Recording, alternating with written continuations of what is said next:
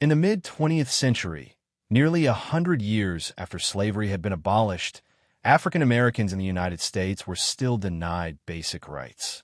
Segregation laws in the South, known as Jim Crow laws, kept black and white Americans apart in schools, buses, restaurants, and neighborhoods. Discrimination was a daily reality, and the promise of liberty and justice for all remained unfulfilled. But the call for equality could no longer be silenced.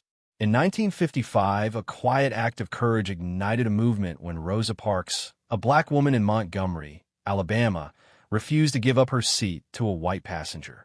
Her arrest sparked the Montgomery bus boycott, led by a young preacher named Dr. Martin Luther King Jr.'s message of nonviolent resistance inspired millions to take action. Throughout the 1950s and 1960s, brave men and women marched, sat in, and spoke out against injustice. Students organized the Freedom Rides, challenging segregation in public transportation. Protesters faced violence, arrests, and intimidation, but their determination never wavered. The world watched as thousands gathered for the March on Washington in 1963, where Dr. King delivered his iconic "I Have a Dream" speech, calling for a nation where people would be judged not by the color of their skin, but by the content of their character. The movement's persistence brought real change. The Civil Rights Act of 1964 outlawed segregation and discrimination in public places and employment.